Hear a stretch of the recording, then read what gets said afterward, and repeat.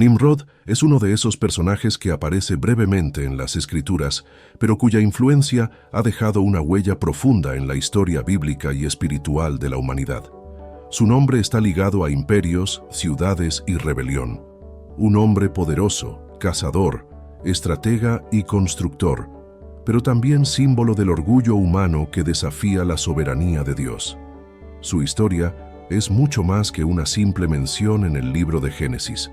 Es una advertencia eterna sobre lo que sucede cuando el corazón del hombre se exalta por encima del propósito divino. La Biblia lo presenta como nieto de Cam, hijo de Noé, en un tiempo en que el mundo apenas comenzaba a repoblarse tras el juicio del diluvio. Era un nuevo comienzo, un mundo limpio donde las generaciones posteriores a Noé debían establecerse, multiplicarse y llenar la tierra, tal como Dios lo había ordenado. Pero en medio de esa nueva oportunidad emergió un hombre que decidió tomar un rumbo distinto. Génesis 10, 8-9 nos dice: Y Cus engendró a Nimrod, quien llegó a ser el primer poderoso en la tierra.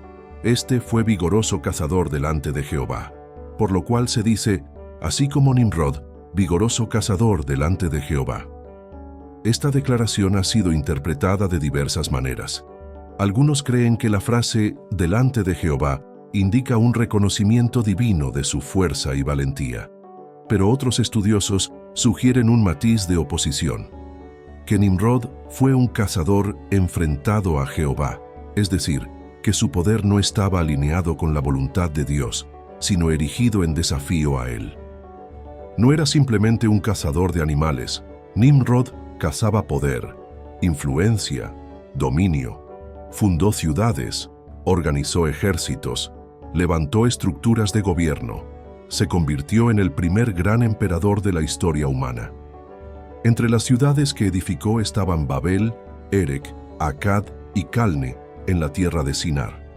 También se le atribuye la fundación de Nínive, Rehobot, Cala y Resén, lo que indica una expansión considerable de su control. Nimrod representa, en muchos sentidos, el nacimiento del sistema político humano basado en la fuerza, la centralización del poder y el liderazgo carismático, pero autoritario.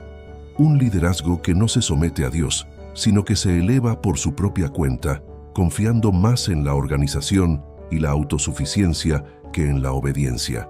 Y en ese contexto nace uno de los relatos más simbólicos de toda la Biblia, la Torre de Babel. En Génesis 11, se nos narra que, cuando toda la tierra tenía un mismo lenguaje, los hombres se reunieron en la llanura de Sinar. Allí decidieron edificar una ciudad y una torre cuya cúspide llegara al cielo. Pero el propósito no era simplemente arquitectónico. Ellos dijeron, hagámonos un nombre, por si fuéramos esparcidos sobre la faz de toda la tierra. Esto revela el corazón del asunto. No era una obra inspirada por el deseo de glorificar a Dios, sino de exaltarse a sí mismos. En lugar de obedecer el mandato divino de llenar la tierra, quisieron concentrarse en un solo lugar, bajo un solo nombre, bajo un solo liderazgo. Era una rebelión organizada, y Nimrod, según muchos, fue el líder detrás de esa unificación. La torre no era solo una estructura física, era un símbolo, una declaración abierta de que el hombre podía alcanzar el cielo sin necesidad de Dios. Un intento de crear un reino humano que desplazara la soberanía del Creador. Esa ambición sigue viva hoy, en tantos esfuerzos humanos por construir imperios, ideologías y sistemas sin referencia a lo divino. La torre fue el primer intento de globalización en rebeldía, el primer nuevo orden mundial, que buscaba reemplazar el gobierno celestial por una autoridad terrenal. Pero Dios descendió. En Génesis 11, 5-7 leemos: Y descendió Jehová para ver la ciudad y la torre que edificaban los hijos de los hombres. Ahora pues, descendamos y confundamos allí su lengua, para que ninguno entienda el habla de su compañero. El juicio de Dios no vino con fuego ni terremoto, sino con confusión. Dios alteró el lenguaje, y la comunicación se rompió. Lo que los hombres pretendían unir por medio de una lengua común, Dios desbarató al introducir la diversidad lingüística. La torre quedó inconclusa. La ciudad fue abandonada. El proyecto humano, por más ambicioso que haya sido, fracasó ante el simple acto divino de cambiar las palabras. La torre que pretendía tocar el cielo no logró ni sostener su propia base. Babel, que significa confusión, se convirtió en el símbolo de todo intento humano de exaltar su nombre por encima del nombre de Dios. Y detrás de todo esto, la figura de Nimrod sigue presente. Su vida nos enseña que el poder humano, cuando no está rendido a Dios, termina siendo destructivo. Su legado no fue de edificación, sino de dispersión. Lo que construyó con tanto esfuerzo fue esparcido por la mano del Todopoderoso. No porque Dios se oponga al desarrollo, sino porque Dios no comparte su gloria con nadie. El corazón de Nimrod, como el de muchos líderes a lo largo de la historia, estaba inflado de orgullo. Proverbios 16:18 nos advierte: antes del quebrantamiento es la soberbia, y antes de la caída, la altivez de espíritu.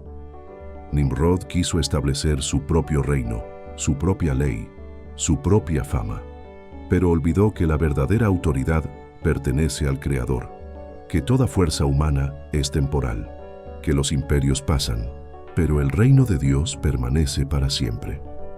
El relato de Babel también nos deja una lección poderosa sobre la unidad. La unidad humana por sí sola no es necesariamente buena. Cuando la unidad está dirigida hacia el pecado, se convierte en un instrumento peligroso. Dios mismo dijo: «He aquí el pueblo es uno, y todos estos tienen un solo lenguaje. Ahora nada les hará desistir de lo que han pensado hacer». La unidad sin santidad es una plataforma para la rebelión. Y sin embargo, siglos después, en Pentecostés, Dios revirtió la confusión de Babel al derramar su Espíritu Santo. Personas de diversas lenguas escucharon el mismo mensaje del Evangelio en su idioma. Esa es la unidad que Dios aprueba, la que nace del Espíritu, no de la carne, la que glorifica a Cristo, no al hombre. Nimrod es una advertencia viva para todos nosotros. Nos recuerda que podemos tener talentos, liderazgo, influencia, capacidad para construir grandes cosas, pero si nuestro corazón no está rendido a Dios, todo será en vano. Que no basta con levantar estructuras, crear sistemas, conquistar territorios. Si el propósito no es glorificar al Señor, estamos edificando sobre arena. En Isaías 46:10, Dios declara: «Mi consejo permanecerá y haré todo lo que quiero». El hombre propone, pero Dios dispone.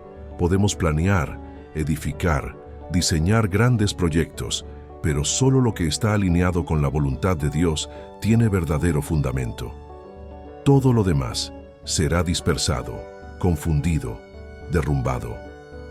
Hoy, el espíritu de Nimrod sigue vivo en el mundo, en líderes que se exaltan a sí mismos, en sistemas que desafían la verdad de Dios, en culturas que buscan construir su propia torre sin reconocer al Creador. La rebelión de Babel se repite en cada generación que decide hacer su voluntad, ignorando la palabra divina. Pero también hoy, el llamado sigue siendo el mismo.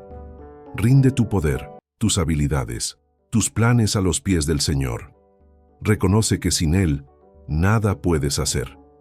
Que el único nombre que debe ser exaltado es el de Jesucristo. Que ninguna torre humana, por alta que sea, puede reemplazar el trono celestial. Nimrod nos muestra lo que sucede cuando el hombre se pone en el centro. Cristo nos muestra lo que sucede cuando Dios es el centro. Uno construyó para sí y terminó en confusión. El otro se humilló hasta la muerte y fue exaltado hasta lo sumo. Uno quiso hacerse un nombre. El otro recibió el nombre que es sobre todo nombre. Hoy tienes la oportunidad de elegir. ¿Construirás tu vida sobre el orgullo o sobre la roca? ¿Buscarás hacerte un nombre o glorificar el nombre de Dios?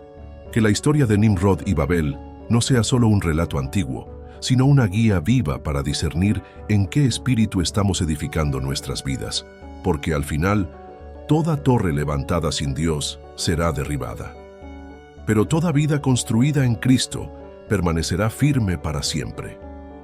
Gracias por haber compartido este tiempo con nosotros. Si este video te ha sido de bendición, no olvides darle like, comparte tu pensamiento en los comentarios y suscribirte a nuestro canal para seguir creciendo juntos en la fe. Activa la campanita de notificaciones para que no te pierdas ninguno de nuestros próximos videos.